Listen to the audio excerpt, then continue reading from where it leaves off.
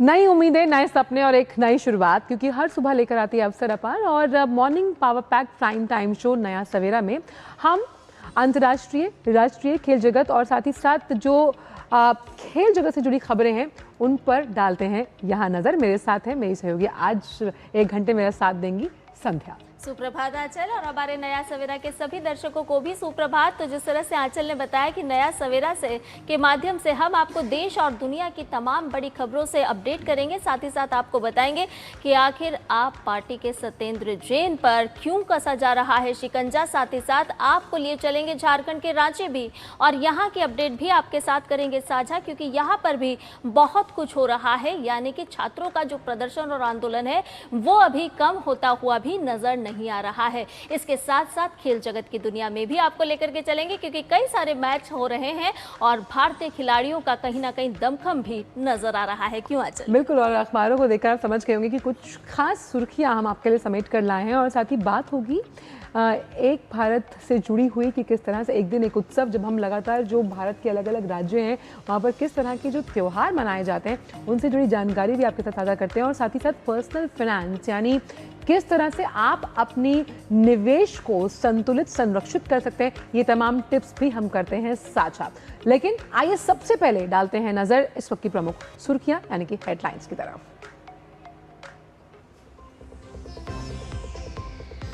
Tender घोटाले में फंसे दिल्ली के पूर्व मंत्री सत्येंद्र जैन की आज कोर्ट में पेशी। कल एंटी करप्शन ब्रांच ने सत्येंद्र जैन समेत 6 आरोपियों को किया गिरफ्तार।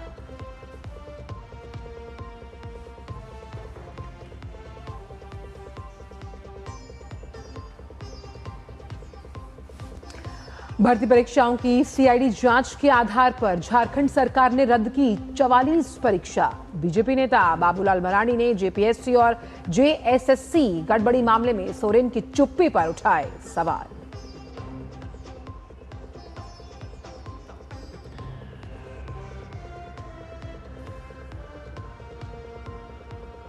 शिक्षा मंत्रालय की समीक्षा के बाद नेशनल टेस्टिंग एजेंसी में बड़ा बदलाव। 600 विशेषज्ञों को हटाकर नई टीम बनाने की घोषणा। एनटीए के दफ्तर की सीआईएसएफ करेगी सुरक्षा।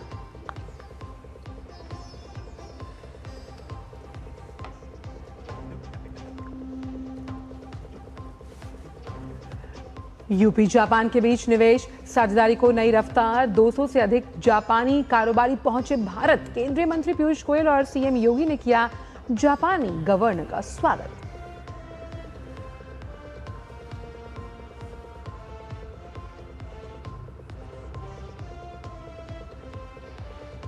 तुर्की सैनिकों की तैनाती से भड़के इजराइल का सीरिया पर एयर स्ट्राइक। सीरिया ने कहा ये उकसावे की कार्रवाई।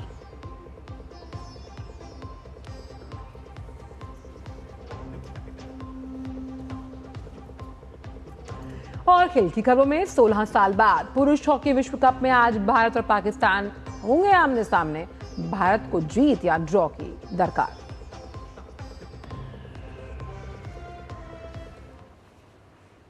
तो आइए विस्तार के साथ अब एक एक करके इन बड़ी खबरों को जान लेते हैं। दिल्ली जल बोर्ड के एक टेंडर घोटाले में एंटी करप्शन ब्रांच ने बड़ी कार्रवाई की है।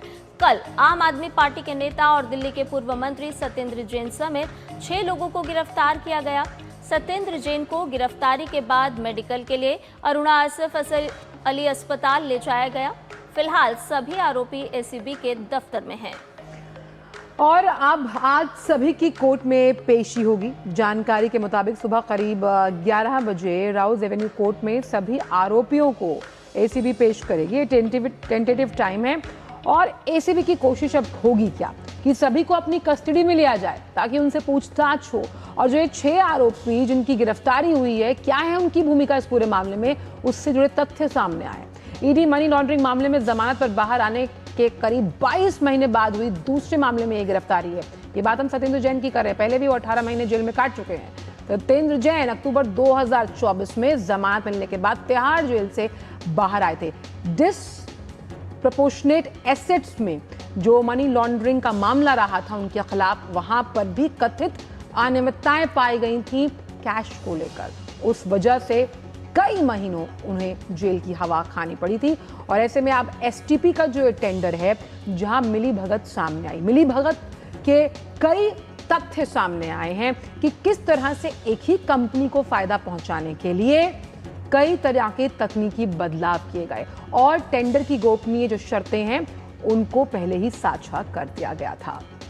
और इन आरोपियों में सत्येंद्र जैन के अलावा दिल्ली जल बोर्ड के पूर्व सीईओ उदित प्रकाश राय, अंकित श्रीवास्तव, पूर्व कॉन्ट्रैक्चुअल कंसल्टेंट नागेंद्र यादव, इन एंटरप्राइजेस के मालिक राजा कुमार कुर्रा, यूरोटेक एनवायरमेंट के मालिक और सृजनहार कंपनी के मालिक पंकज वर्मा शामिल हैं।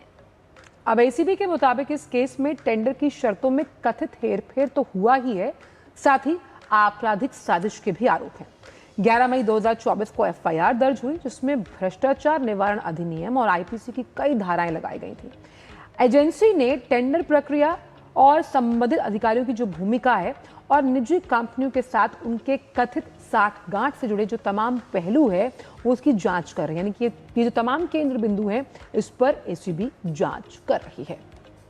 अब इसके साथ साथ ये पूरा मामला जो है वो सीवर ट्रीटमेंट प्लांट से जुड़ा हुआ है और इसका जो एक टेंडर हुआ है उसमें अब अनियमितताएं जो सामने आई है उसको लेकर के ये पूरी की पूरी जांच आगे बढ़ रही है। आरोप क्या है? आरोप है कि किस तरह से विशेष कंपनी को फायदा पहुंचाने के लिए टेंडर की तकनीकी शर्तों में बदलाव किया गया, साथ ही साथ पायलट स्टडी नहीं हुई, तकनीक से जुड़ी सीमित शर्तें जोड़ दी गई और ये साफ तौर पर दर्शाती हैं कि किस तरह से किसी व्यक्ति विशेष या कंपनी विशेष को फायदा पहुंचाने के लिए ये तमाम तरह के जो पैरामीटर्स थे उनका पालन नहीं किया गया बल्कि उनमें बदलाव कर दिया गया। ट्रीटेड पानी के पैरामीटर हटा दिए गए, टेंडर दस्तावेज पहले ही साझा हो गए। अंदाजा लगाया जा सकता है क्योंकि टेंडर एक गोपनीय दस्तावेज के तौर पर होता है और उसके बाद ही पता चलता है कि टेंडर आखिर किसको दिया जाना है, लेकिन यहाँ दस्तावेज पहले ही साझा हो गए। और ये मुमकिन था ही नहीं अगर अधिकारियों और निजी लोगों की मिलीभगत ना हो और जो बिचौलिए हैं उनकी कंपनियों से पैसों का लेन देन भी सामने आया है, यानी कि जो मनी ट्रेल है उसे भी अभी एसीबी ट्रैक करेगी। अब इसमें करीबन 1.52 जो रुपए हैं, यानी कि 1.52 करोड़ रुपए हैं, उसके ट्रांसफर की बात यहाँ सामने आ रही है और संपत्ति खरीद में रकम का इस्तेमाल किया गया है।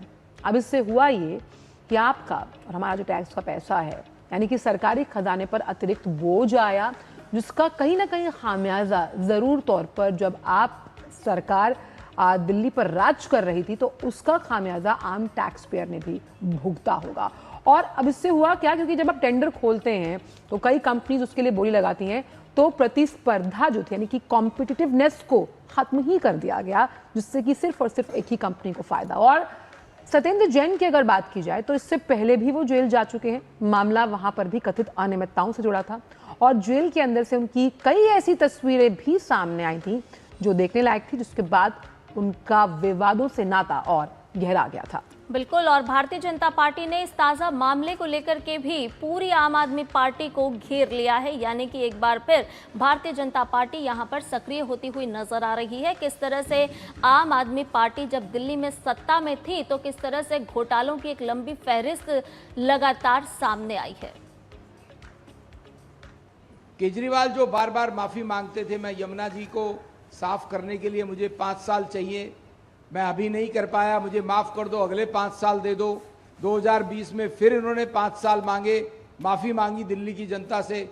इसलिए मांगी क्योंकि मोटा घोटाला, मोटे पैसे का घोटाला सत्येंद्र जैन अधिकारी और उस समय के जो ठेकेदार थे उन्होंने किया है, जिसकी वजह से यमुना जी के जो सीवेज ट्रीटमेंट प्लांट लगने थे वो प्लांट नहीं लग पाए और उसके लिए जो आवंटित पैसा था वो सत्येंद्र जैन अधिकारी और ठेकेदारों की जेब में गया है। आम आदमी पार्टी की तत्कालीन सरकार ने ये अपने पूरे कार्यकाल में दिखा दिया कि उनकी पूरी की पूरी नियत केवल अपने प्रचार प्रसार और भ्रष्टाचार की थी। आपने देखा होगा कि आम आदमी पार्टी की सरकार के पूरे कार्यकाल में एक भी एसटीपी प्लांट दिल्ली में नहीं लगा। ये पूरा का पूरा पब्लिक मनी स्कैम के माध्यम से तत्कालीन आम आदमी पार्टी और आम आदमी पार्टी के नेताओं ने खुर्द-बुर्द कर दिया। आज जब इन्वेस्टिगेटिंग एजेंसीज ने सत्येंद्र जैन जी और उनके साथ 4 और अभियुक्तों को अरेस्ट करा है, तो दिल्ली की जनता को न्याय मिलेगा।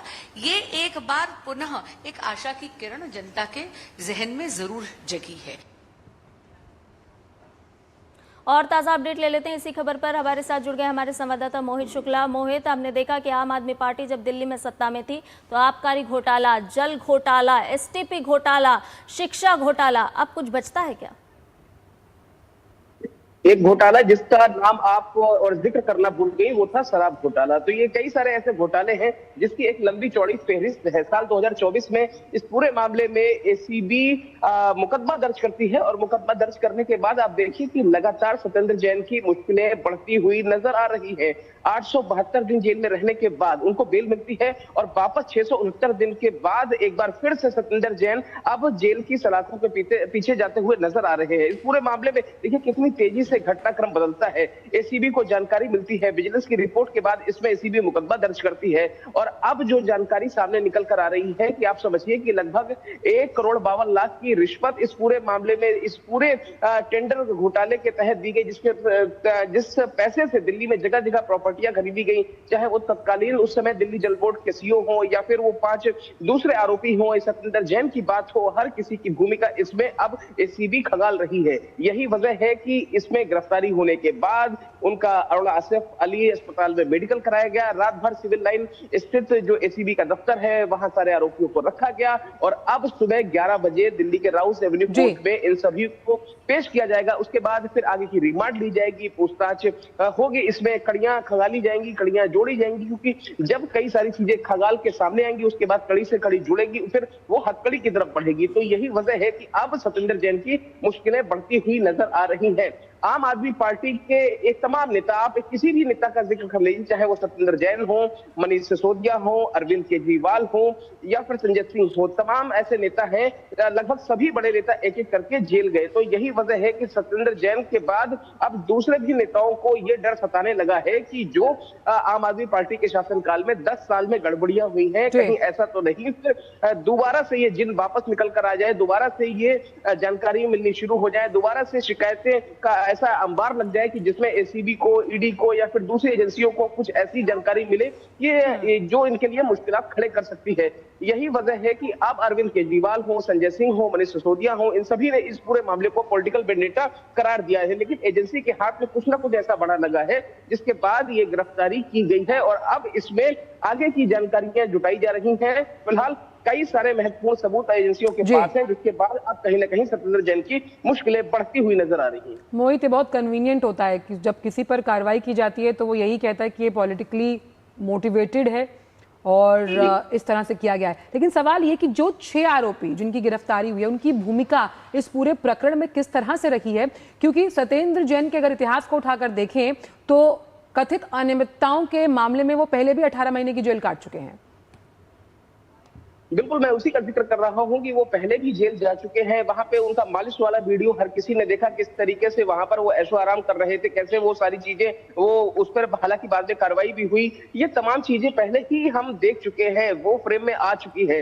लेकिन सत्येंद्र जैन की भूमिका हो या दूसरे ये जो आरोपी हैं इनकी भूमिका हुआ, आंचल आप एक बात समझिए, पहले ही आपको किसी टेंडर को होने से पहले या फिर बिड होने से पहले ही गोपनीय दस्तावेज अगर आप शेयर करने लगते हैं तो बहुत सारी चीजें ऐसी होती है, ऑफिशियल सीक्रेट एक्ट है, दूसरे तमाम ऐसी चीजें हैं जिसमें मुकदमा दर्ज हो सकता है। तो ये तमाम ऐसी चीजें हैं कि आप अगर किसी को जानकारी पहले ही दे देंगे कि उसकी क्या क्लॉज रहने वाली है, क्या शर्तें रहने वाली हैं, कितने अमाउंट का आप टेंडर देने वाले हैं, उसकी कंडीशंस क्या रहने वाली हैं। और आप समझिए कि दिल्ली के एसटीपीज का अगर बात हो रही थी तो अगर छोटी छोटी चीजों में इतने बड़े बड़े घोटाले होने लगे तो आप इससे तो बहुत बड़े बड़े महकमे दिल्ली सरकार के ऐसे हैं जहां पर घोटाले की बात सामने आई। आप शिक्षा की बात कर लीजिए, स्वास्थ्य की बात कर लीजिए, आप पब्लिक ट्रांसपोर्ट की बात कर लीजिए, आप दूसरी चीजों की बात कर लीजिए। एक सरकार से ये उम्मीद होती है लोगों को, यहाँ खास तौर पर अपने जनप्रतिनिधियों से ये उम्मीद होती है कि अगर आप उनको चुनते हैं तो वो कम से कम 5 साल तक आपकी उम्मीदों पर खरा उतरे। लेकिन यहाँ पर उल्टा हो रहा था, यहाँ पर ऐसा हो रहा था कि जैसे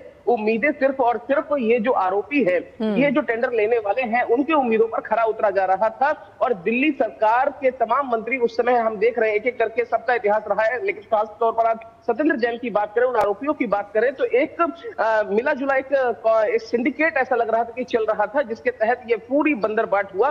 फिलहाल अब इस मामले में आगे की जब कार्रवाई होगी उसके बाद बहुत कुछ तस्वीरें सामने निकल कर आएंगी, बहुत कुछ साफ हो जाएगा और सत्येंद्र जैन की एक बार फिर से मुश्किलें बड़ी हैं और यही बहुत बड़ी घड़ी है। और मोहित, जिस तरह से अब ये मामले लगातार सामने आ रहे हैं, तो क्या इसको कैग रिपोर्ट से जोड़कर देख सकते हैं? यही वजह थी कि आम आदमी पार्टी लगातार इस बात के लिए प्रयासरत थी, खासतौर पर अरविंद केजरीवाल की कैग रिपोर्ट जनता के सामने या फिर सदन में नहीं रखी जाए।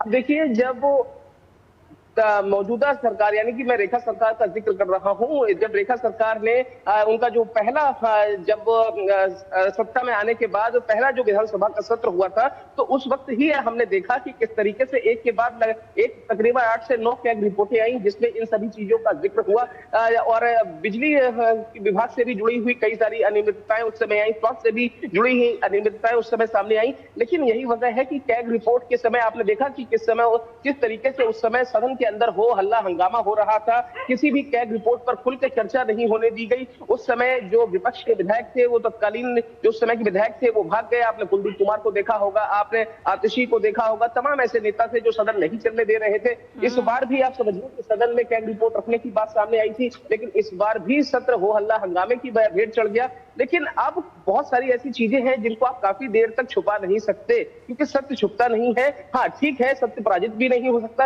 लेकिन कुछ समय के लिए आप चीजों को, तथ्यों को तोड़ मरोड़ सकते हैं, जो कि आम आदमी पार्टी और उस समय के तत्कालीन मंत्रियों ने किया। लेकिन अब एजेंसियों ने इसमें जब मुकदमा दर्ज किया है, तो फिर अब आप समझिए कि ये चीजें बहुत दूर तक जाएंगी और इसमें आप समझिए कि और भी आरोपी सामने आएंगे। अभी बिल्कुल मोहित, ये जो चीजें हैं और ये जिस तरह से अब जांच शुरू हुई है, तो लगता है कि बहुत आगे तक जाएगी। और जिस तरह से आपने खास तौर पर जिक्र किया कि कड़ियों से कड़ियां जुड़ेंगी और हथकड़ियों तक पहुंचेगी, तो निश्चित तौर पर जब जांच आगे बढ़ेगी तो कुछ इसी तरह की सूरत हमें भी देखने को मिलेगी। बहुत बहुत धन्यवाद मोहित तमाम जानकारी के लिए। और साफ तौर पर संध्या की जो जांच की आंच है वो कहीं ना कहीं तपा रही है आम आदमी पार्टी को, क्योंकि जिस जज्बे के साथ आम आदमी पार्टी लोगों के बीच आई थी वो जज्बा अब कहीं ना कहीं नदारद है। और ऐसे में आपका क्या होगा जनाब अली, इसका सवाल, ये जो बड़ा सवाल है, इसका जवाब आप पार्टी को देना होगा। वक्त एक छोटे से ब्रेक का, ब्रेक के उस पार आकर बात करेंगे झारखंड से जुड़ी हुई।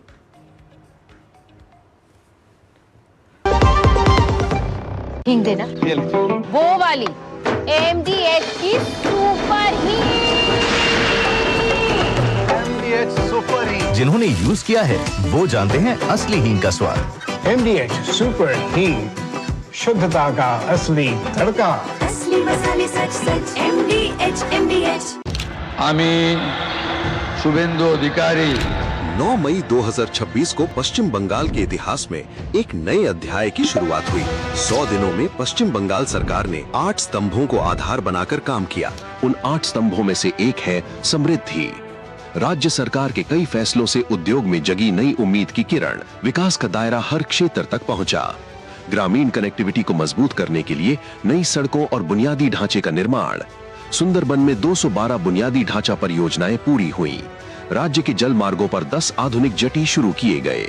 WBTC में 50 नई इको फ्रेंडली बसें शामिल की गईं। शिक्षा से उद्योग, स्वास्थ्य से सुरक्षा, बुनियादी ढांचे का विकास। 100 दिनों में ही समृद्धि की राह पर आगे बढ़ रहा है नया पश्चिम बंगाल। मेरी पसंद, मेरी पसंद, मेरी पसंद, मेरी पसंद, हमारी पसंद, हम सबकी पसंद। मजबूत देश का मजबूत सरिया हो गया स्टील। एक बात समझ लीजिए, ना बीमारी दुनिया से कहीं जाने वाली है और ना ही हॉस्पिटल के खर्चे। बस आपको यह सोचना होगा कि हॉस्पिटल का बिल कौन भरेगा, आप या आपकी इंश्योरेंस पॉलिसी। आज ही पॉलिसी बाजार से हेल्थ इंश्योरेंस लीजिए। पॉलिसी बाजार पे 1 करोड़ का हेल्थ इंश्योरेंस सिर्फ 550 रुपए हर महीने से शुरू होता है। और ब्रेक के बाद नया सवेरा में आपका एक बार फिर से स्वागत है। झारखंड सरकार ने छात्रों के विरोध प्रदर्शन के बीच उन 44 भर्ती परीक्षाओं की सूची जारी कर दी है जिन्हें अनियमितताओं की वजह से रद्द किया गया है। झारखंड सरकार ने देर रात 8 अलग अलग अधिसूचनाएं जारी कर बताया कि रद्द की गई परीक्षाओं में वो परीक्षाएं भी शामिल हैं जो 2014 से झारखंड लोक सेवा आयोग यानी कि JPSC और outsource agency TSR data processing private limited TDPL ने आयोजित की थी। राज्य सरकार द्वारा रद्द परीक्षाओं में औषधि निरीक्षक, सहायक प्राध्यापक, डेप्यूटी कलेक्टर, दंत चिकित्सक, सहायक अभियंता, सिविल जज, अतिरिक्त लोक अभियोजक और वन क्षेत्र अधिकारी जैसे पदों के लिए होने वाली भर्तियां शामिल हैं। रद्द की गई अन्य प्रमुख परीक्षाओं में सरकारी पॉलिटेक्निक में प्रवक्ता, वरिष्ठ वैज्ञानिक अधिकारी, सहायक वन संरक्षक और अन्य प्रशासनिक व तकनीकी पदों के लिए भर्ती परीक्षाएं शामिल हैं। अधिसूचनाओं में कहा गया है कि झारखंड लोक सेवा आयोग जेपीएससी, झारखंड कर्मचारी चयन आयोग यानी कि जेएसएससी में अनियमितताओं से जुड़े मामलों की सुनवाई के लिए त्वरित अदालतें गठित करने के लिए उच्च न्यायालय से अनुरोध किया जाएगा। और इतना ही नहीं, जेपीएससी जेएसएससी में एक आंतरिक सतर्कता प्रकोष्ठ भी बनाया जाएगा।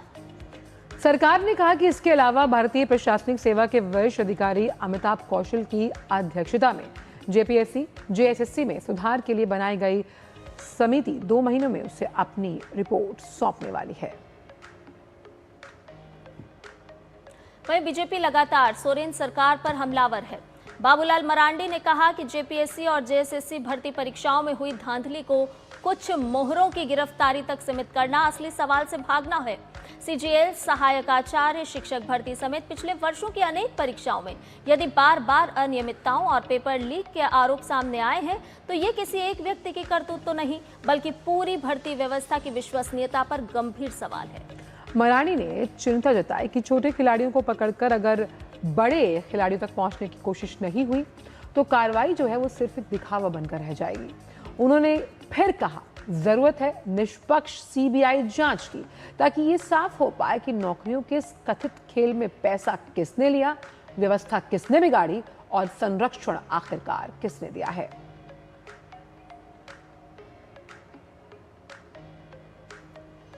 देखिए, गिरफ्तारी तो कब से उन्होंने शुरू किया है, लेकिन मामला यहाँ तक नहीं है ना। इसके पीछे और कौन कौन लोग हैं ये कौन निकालेंगे? ये लोग तो एक प्रकार के इंस्ट्रूमेंट हैं। ये लोगों की गिरफ्तारी हुई तो अच्छी बात है, लेकिन मामला क्या है इतनी सहज नहीं है। क्योंकि इतनी बड़ी अगर गड़बड़ हर एग्जामिनेशन में लोगों ने गड़बड़ किया है, चाहे सहायक आचार्यों की नियुक्ति हो, चाहे माध्यमिक विद्यालय के शिक्षकों की नियुक्ति हो, चाहे वो महिला प्रवीक्षिका हो, यानी जितनी भी सीजीएल की इन 3-4 वर्षों में जो क्या कहते हैं जेएसएससी ने जो एग्जाम लिया, नियुक्ति प्रक्रिया प्रारंभ की, सब में गड़बड़ हुआ है, सब में नौकरी को बेचा गया। सब बच्चे जब डेलीगेशन मिले हैं, अलग अलग लोग हमारे पास आकर के लोग हमसे मिले, तो ये समझ में आया कि कोई भी परीक्षा को नहीं छोड़ा गया है। और इसी मुद्दे पर रांची से लगातार ताज़ा अपडेट्स के साथ दिवाकर इस वक्त जुड़ रहे हैं हमारे साथ। सीधे दिवाकर का रुख करते। दिवाकर, अब बड़ा सवाल ये है कि आखिरकार सीबीआई जांच से जो सोरेन सरकार है वो क्यों भाग रही है, उसकी चुप्पी पर एक सवाल है। और दूसरी बात, जिन 44 परीक्षाओं को रद्द किया गया, अब वो छात्र भी सड़कों पर उतर आए हैं। उनका सवाल ये है कि रातों रात जिस तरह से कहा गया कि तुम्हारी सेवाएं जो है वो समाप्त कर दी गई हैं, आखिर वो जाएं तो जाएं कहाँ? सोरेन सरकार के लिए अब ये 2 ऐसे मुद्दे हैं जिन पर उन्हें तत्काल कार्रवाई करनी होगी। देखिए, निश्चित तौर पर आंचल, सरकार अब पूरी तरह से घिरती हुई नजर आ रही है, क्योंकि एक आंदोलन तो पहले से चल ही रहा था। जो विद्यार्थी हैं, जो जेपीएससी और जेएसएससी रिफॉर्म मंच जिन्होंने बनाया था, उसके बाद देवेंद्र नाथ महतो जो विद्यार्थियों के नेता हैं, उनकी तरफ से जो आंदोलन चल रहा था, वो आंदोलन इसी तरीके से आगे अभी भी बढ़ रहा है। सरकार ने कल नोटिफिकेशन जारी किया है, कुछ घोषणाएं की है कि 22 परीक्षाओं को रद्द किया जाएगा और 17 परीक्षाओं में उन्होंने जांच के आदेश दिए जो सीआईडी के द्वारा जांच होगा, जो 2014 के बाद से परीक्षाएं हुई है।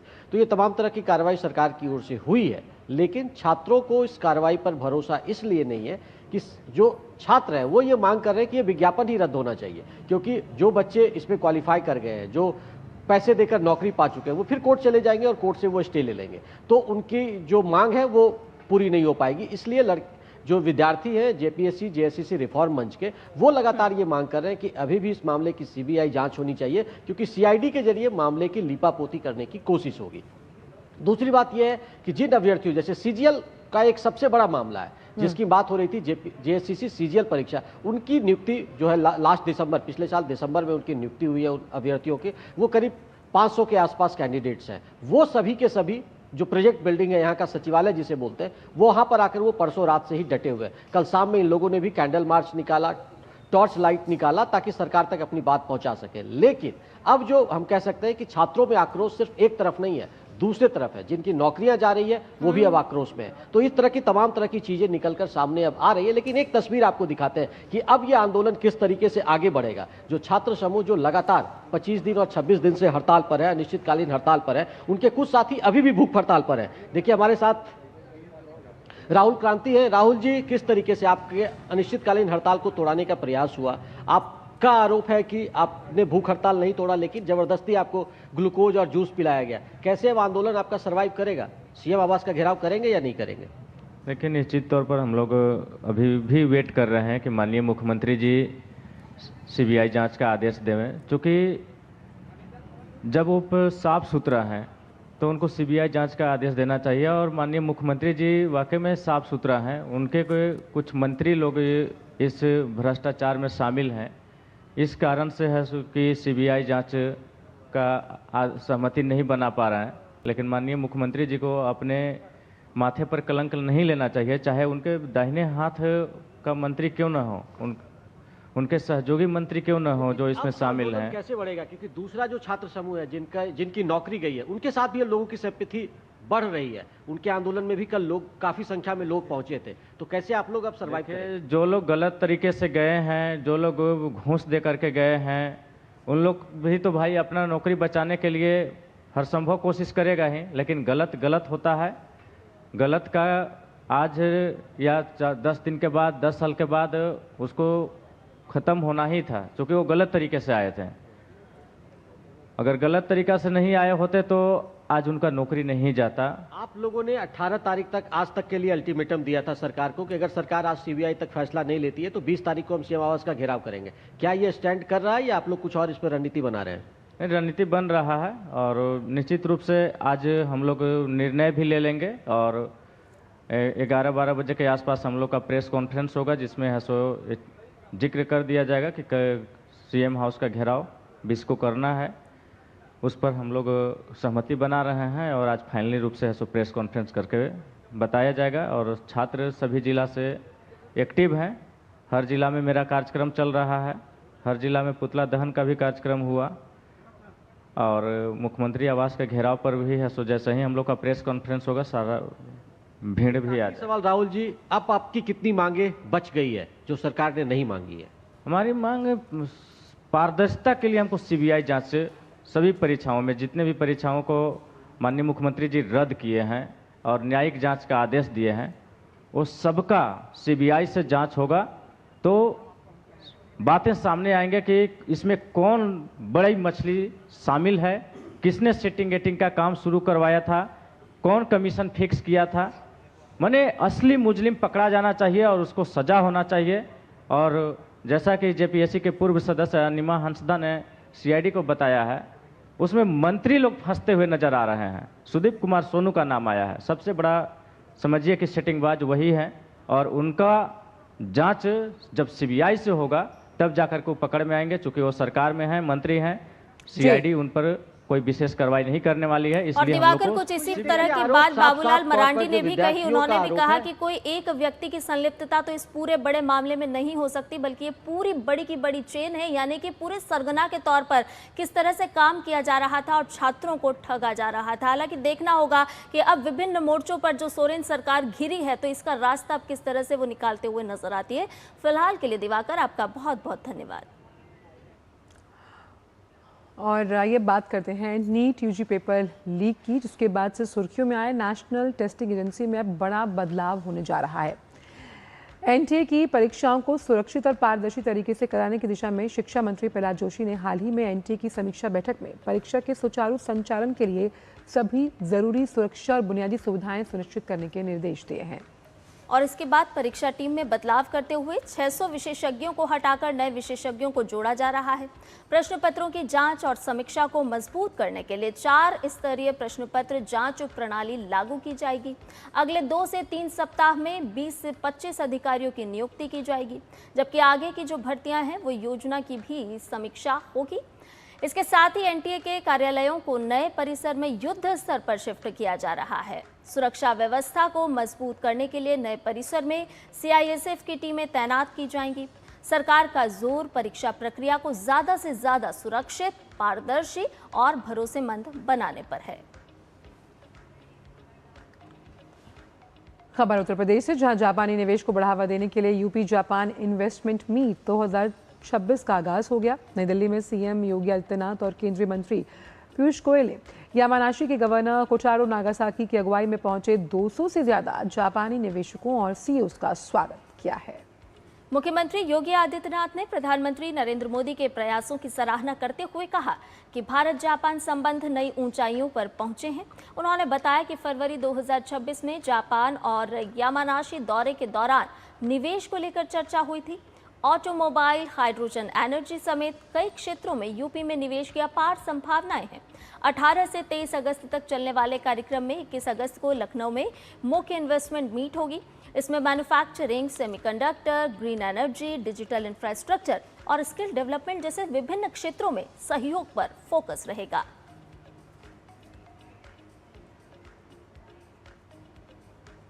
आभारी हूं आदरणीय प्रधानमंत्री श्री नरेंद्र मोदी जी का, जिनके प्रयास से आज भारत और जापान के संबंध एक नई ऊंचाई को छू रहे हैं। फरवरी 2026 में मुझे एक डेलीगेशन के साथ में जापान और यामानाशी जाने का अवसर प्राप्त हुआ।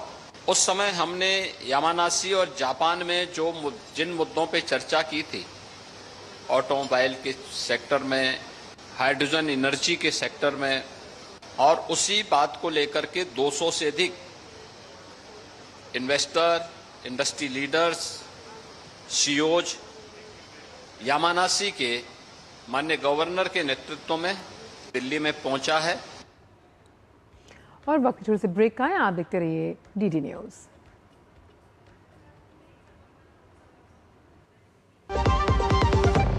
सस्ते वाले दाल मसाले स्वाद हुआ बेकार। एमडीएच की हल्दी मिर्ची धनिया करे कमाल। ये रंग दे, ये खुशबू दे, ये तीखा, ये कम पड़े। क्या निराला एमडीएच मसाला। जब धरती चीर कर निकलता है लोहे का पत्थर और मिलता है मोंगिया के जोश से, फिर तपता है, पिघलता है और बनता है फौलाद। अब होता है सरिया सारी खूबियों के साथ। मोंगिया स्टील, मजबूत देश का मजबूत सरिया। पढ़ता है, खेलता है, झूलता उछलता है, दौड़ता कभी कभी दौड़ कराता है, आगे आगे बढ़ता है इंडिया, अमूल दूध पीता है इंडिया। बच्चों को ये तो पता है कि जब तक पापा है तब तक सब सही है, पर उन्हें ये नहीं पता कि कल अगर पापा नहीं रहे तो क्या होगा, क्योंकि आपने तो टर्म इंश्योरेंस लिया ही नहीं। थोड़ा तो समझदारी से काम लीजिए, पॉलिसी बाजार से टर्म इंश्योरेंस ले लीजिए, परिवार सबसे पहले। पॉलिसी बाजार पे 1 करोड़ का टर्म इंश्योरेंस सिर्फ 410 रुपए हर महीने से शुरू होता है। ब्रेक के बाद सभी का स्वागत और आइए देखते हैं खबरें खेल जगत से हमारे खास सेगमेंट स्पोर्ट्स ट्रैक के जरिए।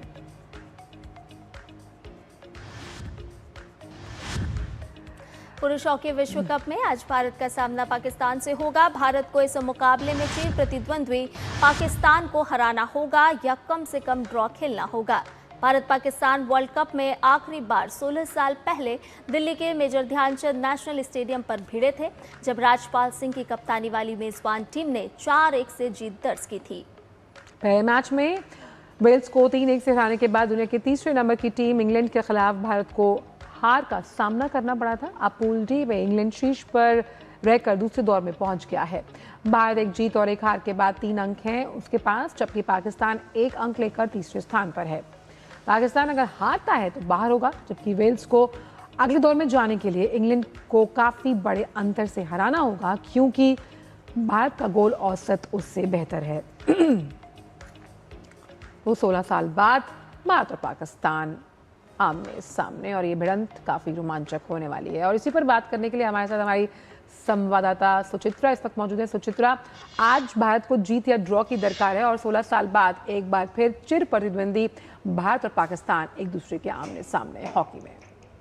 जी बिल्कुल आंचल, हॉकी में विश्व कप में 16 साल बाद भारत और पाकिस्तान की जो टीम है वो आमने सामने होने जा रही हैं। और कोई भी खेल हो, कोई भी मैदान हो, जब भी ये दोनों टीमें आमने सामने होती हैं तो एक अलग ही तरह का जो उत्साह है वो खेल प्रेमियों में नज़र आता है। और इस बार फिर वही देखने को मिल रहा है। नेदरलैंड्स के एम्स्टलवीन में ये जो विश्व कप का मुकाबला है वो खेला जाएगा और वहाँ का जो वैगनर स्टेडियम है उसके सभी टिकट इस मुकाबले के लिए बिक चुके हैं। तो दर्शाता है कि दुनिया के किसी भी कोने में खेल रही हो भारत और पाकिस्तान की टीम, किसी भी खेल में खेल रही हो, लेकिन जो दर्शक हैं उनका उत्साह कम नहीं होता है। तो आज एक बार फिर फुल हाउस हमें देखने को मिलेगा।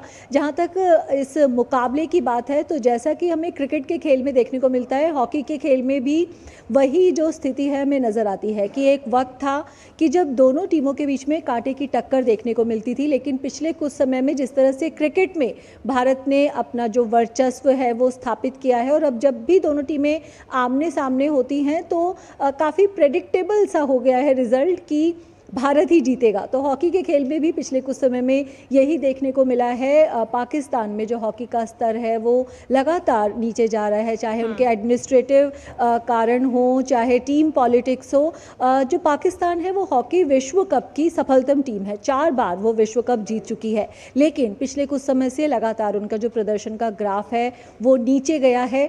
8 साल बाद पाकिस्तान की विश्व कप में वापसी हुई है, जो दर्शाता है कि किस तरह से उनके प्रदर्शन का ग्राफ नीचे गया है। और भारत और पाकिस्तान की अगर बात करें तो पिछली बार 2016 में पाकिस्तान ने भारत को हराया था हॉकी के मुकाबले में। उसके बाद से जब भी दोनों टीमें आमने सामने हुई हैं तो भारत ने ही जीत दर्ज की है। तो कह सकते हैं कि आज के इस मुकाबले में भारत का ही पलड़ा भारी है और यही उम्मीद करेंगे कि भारत ये मैच जीते और उम्मीद अगले दौर यही में है जाए। कि भारत ही अपना परचम लहराते हुए नजर आए। और ऐसे में खिलाड़ियों की अगर हम बात करें तो कौन कौन से प्लेयर्स रहने वाले हैं जिन पर सभी की निगाहें रहती हुई नजर आएंगी? जी बिल्कुल, अगर टीम के कप्तान हरमनप्रीत की बात करें वो तो शानदार प्रदर्शन कर ही रहे हैं। वहीं जो मनप्रीत सिंह हैं वो एक अनुभवी खिलाड़ी के तौर पर टीम में मौजूद हैं, 400 से ज़्यादा मैच खेल चुके हैं, तो उनके प्रदर्शन पर ज़रूर नज़र रहेगी। क्योंकि पिछले मैच में इंग्लैंड के खिलाफ भारत को जिस तरह से हार का सामना करना पड़ा था तो थोड़ी डिफेंसिव नज़र आई थी भारतीय टीम। तो यही हमें मानना चाहिए कि आज क्योंकि मुकाबला पाकिस्तान के खिलाफ है तो एक अलग ही जोश भारतीय टीम में नज़र आएगा। आक्रामक खेल आज भारतीय टीम दिखाएगी और जीत दर्ज करते हुए अगले दौर में जगह बनाएगी। बिल्कुल, तो हॉकी के जो फैंस हैं और उस रोमांचकारी मैच को देखने के लिए बहुत ज़्यादा उत्साहित नजर आएंगे। बहुत बहुत शुक्रिया सुचित्रा इन तमाम जानकारियों को हमसे साझा करने के लिए। तो आज के इस मैच पर सभी की निगाहें रहेंगी। वहीं खेल जगत की कुछ अन्य खबरों को आइए देख लेते हैं फटाफट अंदाज में। भारतीय महिला हॉकी टीम ने दक्षिण अफ्रीका को 6-1 से करारी शिकस्त देकर FIH विश्व कप में अपनी पहली जीत दर्ज की। भारत को अब 20 अगस्त को इंग्लैंड से खेलना है, जिसके बाद अगले दौर में पहुंचने वाली टीम का निर्धारण होगा। Bharat cricket team gold test जीतने से 6 विकेट दूर 272 रन के लक्ष्य का पीछा कर रही श्रीलंकाई टीम ने चौथे दिन का खेल खत्म होने तक 84 रन पर 4 विकेट गंवाए। श्रीलंका को अभी 288 रन की और दरकार। विश्व बैडमिंटन चैंपियनशिप के पुरुष एकल वर्ग के दूसरे दौर में आज भारत के आयुष शेट्टी का सामना श्रीलंका के दुमिंदो अबेविक्रमा से होगा। आयुष शेट्टी ने पहले दौर में मौजूदा विश्व चैंपियन और दुनिया के नंबर 1 खिलाड़ी शी यूजी को हराकर बड़ा उलटफेर किया था। वहीं 14वीं वरीयता प्राप्त लक्ष्य सेन भी दूसरे दौर का मैच खेलेंगे। दूसरे दौर में लक्ष्य का सामना अमेरिका के गैरेट टेन से है। दूसरे दौर में लक्ष्य ने ऑस्ट्रिया के कॉलिंस वैलेंटाइन फिलिमोन को 3 गेम तक चले कड़े मुकाबले में हराया था। 2 बार की ओलंपिक पदक विजेता पीवी सिंधु का सामना कनाडा की वैन्यू झांग से होगा। प्रतियोगिता के अपने पहले मैच में सिंधु ने आयरलैंड की सोफिया नोबेल को हराया था।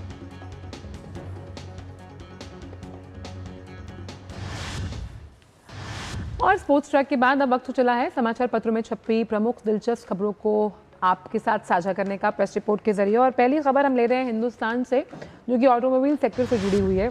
और यह खबर बता रही है कि जो इलेक्ट्रिक वाहन है वो अगर हम ऑटोमोबाइल सेक्टर की बात करें तो एक क्रांति के रूप में नज़र आ रहे हैं, लेकिन अब उनकी मांग जिस तरह से बढ़ रही है तो उनका जो डिलीवरेंस है यानी कि डिलीवरी है उसके लिए आपको थोड़ा इंतज़ार करना पड़ेगा। यानी कि इलेक्ट्रिक वाहनों की मांग की अगर बात की जाए तो जो तमाम कार विक्रेता हैं वो आपको 15 से 1.5 महीने तक का टाइम देते हैं कि आपने अगर कार बुक कर ली है, बुकिंग अमाउंट दे दिया तो आपको 1.5 महीने का इंतजार करना होगा। और इस वजह से 2026 की अगर बात की जाए तो करीबन जनवरी से लेकर अगस्त में अब तक 4,227 वाहन जो है, यानी कि जनवरी में आंकड़ा 6,000 था, फिर फरवरी 4 और ऐसे करके लगातार ये जो आंकड़ा है वो बढ़ता हुआ नजर आ रहा है। तो इलेक्ट्रिकल व्हीकल्स के सेगमेंट के लिए ये एक अच्छी खबर है।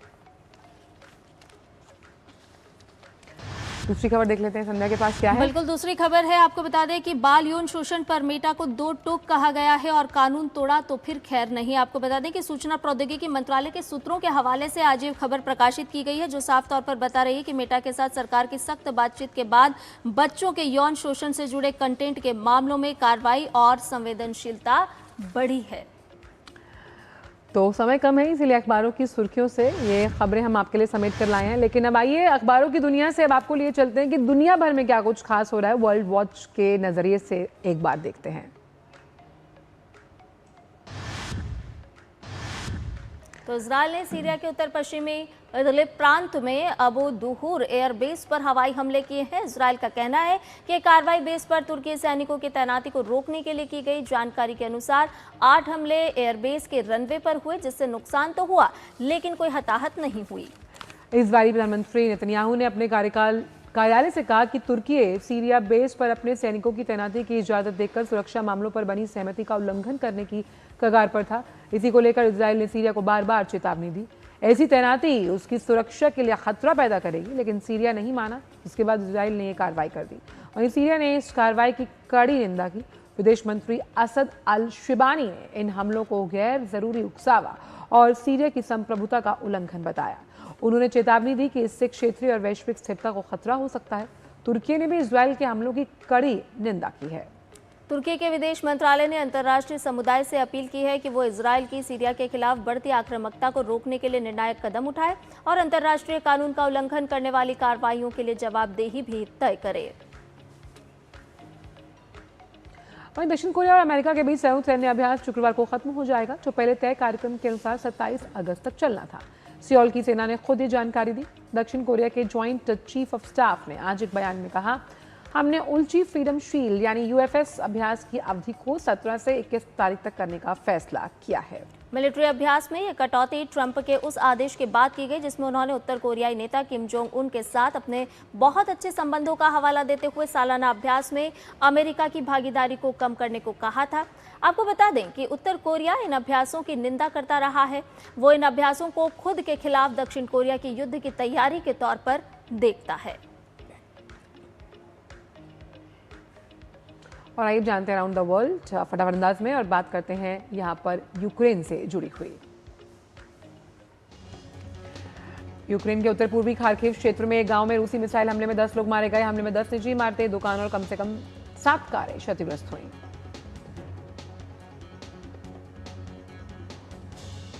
पेरू में भारी बारिश का असर जारी है। मूसलाधार बारिश के चलते कई इलाकों की सड़कें बुरी तरह क्षतिग्रस्त हो गई हैं। राजधानी लीमा समेत कई क्षेत्रों में सरकार ने आपातकाल घोषित किया है।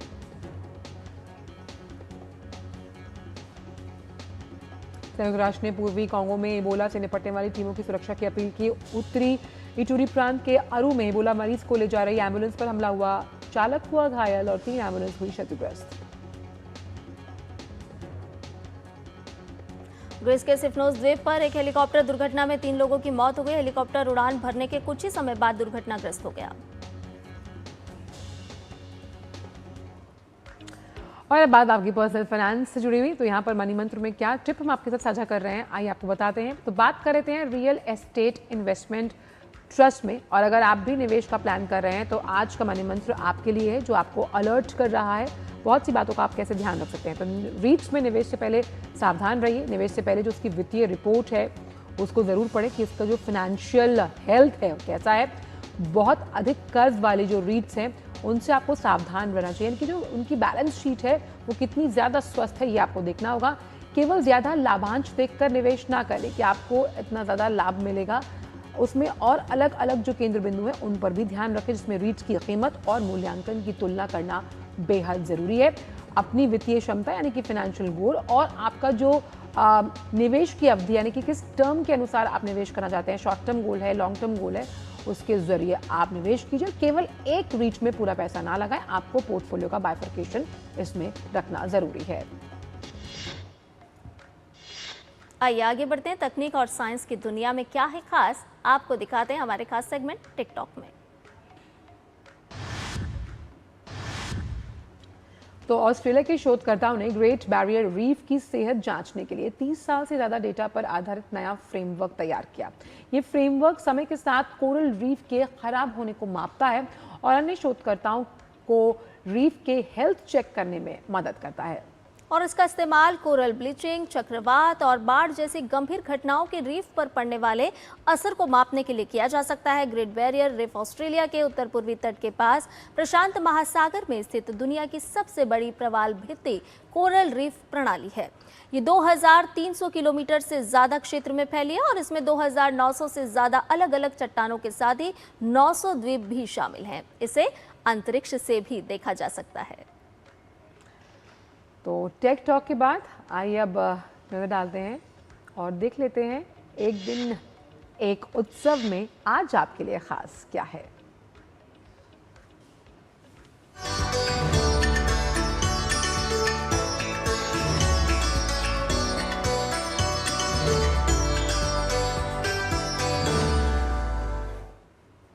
उत्तराखंड में एक होली ऐसी भी बनाई जाती है जिसमें रंग गुलाल नहीं होता बल्कि दूध, दही, घी और मक्खन से होली खेली जाती है। उत्तरकाशी के दियारा बुग्याल में होने वाला ये अनूठा उत्सव बटर फेस्टिवल के नाम से मशहूर है। देखिए रिपोर्ट के जरिए। उत्तरकाशी के दयारा बुग्याल में जब भादो संक्रांति आती है तो पहाड़ की ये ऊंची वादियां एक अनोखे उत्सव की गवाह बनती है। समुद्र तल से करीब 11,000 फीट की ऊंचाई पर स्थित दयारा बुग्याल में हर साल भादो संक्रांति पर बटर फेस्टिवल मनाया जाता है। स्थानीय स्तर पर इसे अढूढ़ी त्योहार या फिर दयारा पर्यटन उत्सव के नाम से भी जाना जाता है। इस अनूठे आयोजन को देखने के लिए देश विदेश से हजारों पर्यटक यहाँ पहुँचते हैं। इस उत्सव की सबसे खास परंपरा है दूध, दही, घी और मक्खन से होली खेलना। ग्रामीण और पर्यटक एक दूसरे को दूध, दही और मक्खन लगाकर उत्सव मनाते हैं।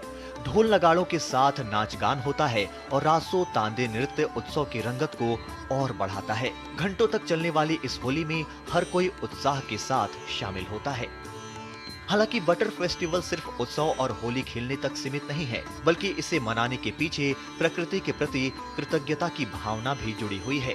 स्थानीय लोगों की माने तो प्रकृति ने जो कुछ भी दिया है उसके लिए आभार जताने के लिए ये त्योहार मनाया जाता है।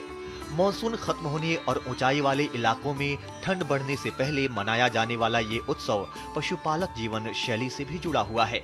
यहाँ लोग अपने पशुधन को परिवार का हिस्सा मानते हैं। उत्तरकाशी के दूसरे क्षेत्रों में भी दूध, दही और मक्खन की होली उत्साह के साथ मनाई जाती है। डुंडा के बरसाली में इष्ट देव नागराजा महाराज के सानिध्य में मक्खन की होली खेली जाती है। वीर देवताओं की पूजा अर्चना कर क्षेत्र की सुख समृद्धि की कामना की जाती है। बटर फेस्टिवल उत्तराखंड की उस लोक परंपरा की तस्वीर पेश करता है जिसमें उत्सव के साथ प्रकृति के प्रति कृतज्ञता, पशुधन के प्रति अपनापन और देव आस्था जुड़ी हुई है। दयारा बुग्याल में दूध, दही और मक्खन की होली से लेकर लोक नृत्य और देव पूजा तक ये पर्व नई पीढ़ी को अपनी परंपराओं और सामुदायिक मूल्यों से जोड़ने का संदेश देता है। Bureau report, DD news. आइए आगे बढ़ते हैं और नया सवेरा में अब ग्राफिक के जरिए जान लेते हैं अधिकतम और न्यूनतम तापमान।